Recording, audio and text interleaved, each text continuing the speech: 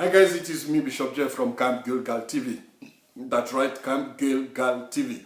Today it is our Bible Study 101 at Camp Gilgal TV with Bishop J. God bless you and God be with you.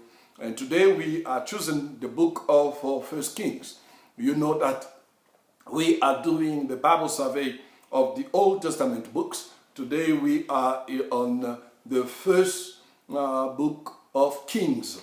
That is one of the mighty books in the Old Testament. When I read the book of Kings, I always remember the verse in 1 Corinthians chapter 10, which is telling us about God say these things happen to teach us something, to teach us to understand, and for us not to accumulate or to fall to the traps or to the net of the same mistakes the people before us did committed. That's why we have to read and to understand and to grasp the story in the book of Kings. And we see God mercy and God grace beside them being not faithful, and God was still faithful to his word. The book of 1 Kings, it has 22 chapters and 816 verses. 816 verses with 22 chapters. The writer of the book of 1 Kings is unknown. Scholars, they say probably Jeremiah, who wrote the first books of Kings by compiling the writing of Prophet Nathan and Prophet Gad, which you find these names in the book of 1 Chronicle, chapter 29, verse 29. You will find the name of Nathan and the name of Gad. The time covered, when you read all the chapter from chapter 1 to chapter 22 of the book of 1 Kings, you are covering about 125 years of a period that you are covering of the history. This is a real history. It is a fact, and it was in a certain period of time, and this event did happen.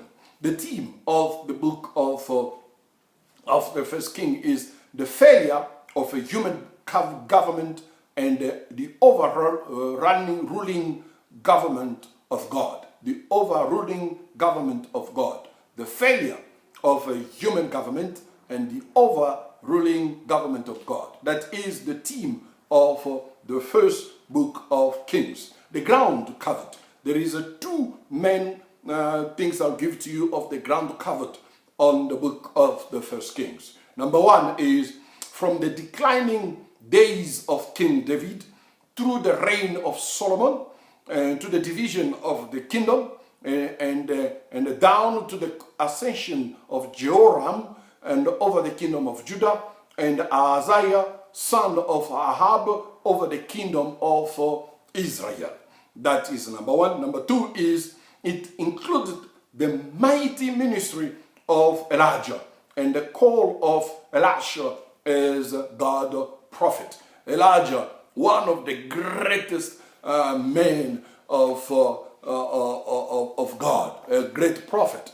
And the Baptist, where I did learn my theology, they always say in the Bible there is 3 scales of times of miracles. They say time number 1, this is Moses. Moses is time number 1, and time number 2, they say Elijah and Elisha, and the time number 3 is Jesus, and connected to the apostles. That's the way the Baptists put it in that way. That in the book, if you want to know or to learn about Elijah, you need to study and to understand the book of 1 Kings. The outline, there is 4 major parts of the first book of Kings. Number 1 is the closing days of King David, which is chapter 1 to chapter 2, verse 11.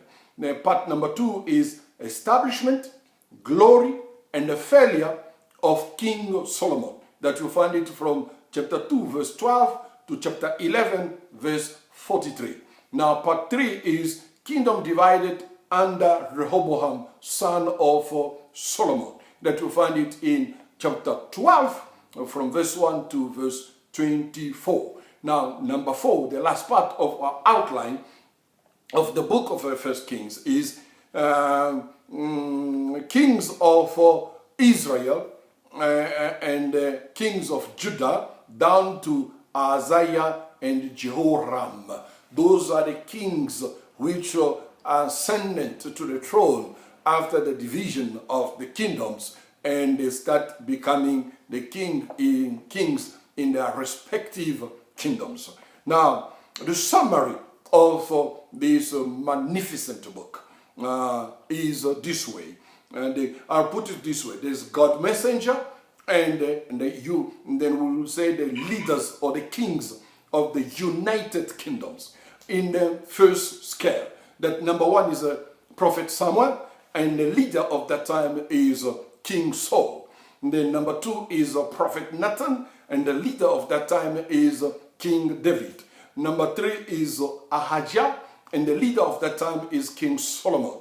And number four is Shemaiah, and the leader of that time is Rehoboam. Though Rehoboam's name can also be included to the United Kingdom, even though he did not reign too much in the United Kingdom, because under him the kingdom will be divided, but we put him also in that category for the respect of that anyway.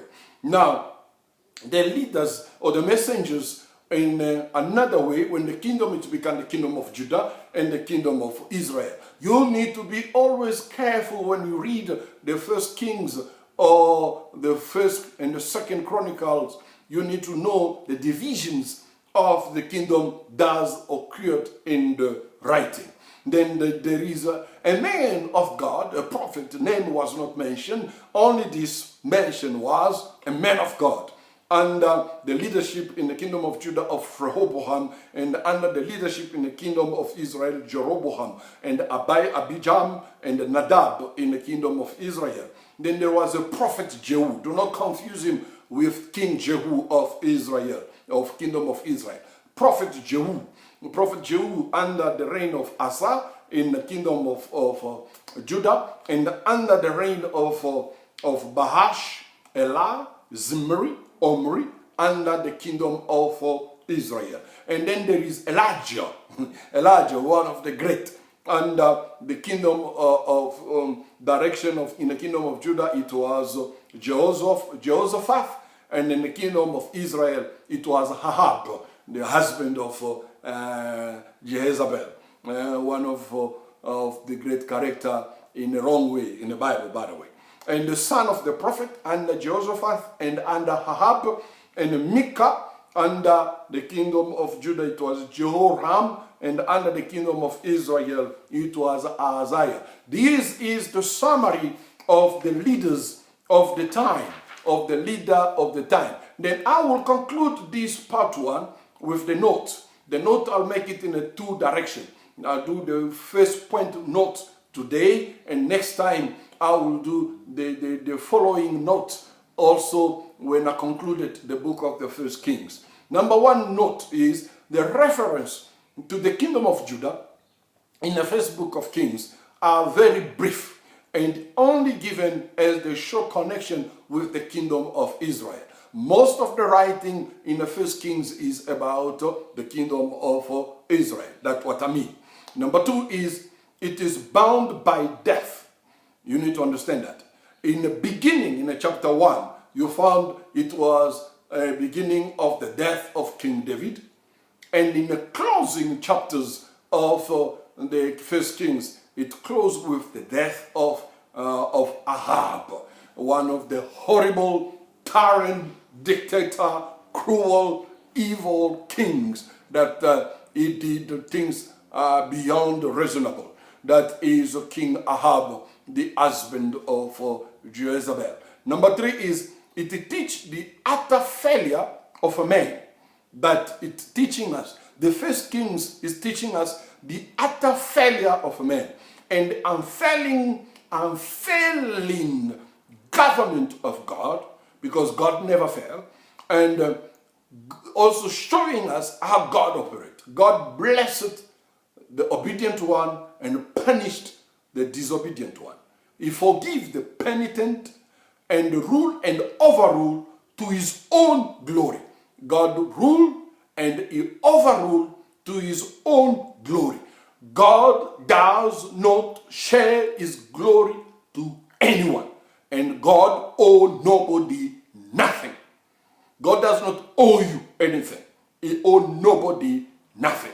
Now, the last one to conclude is when God is ignored and his word flaunted, no matter how much religious pretense and ceremony there is, every kind of human government will break down. That's how it is.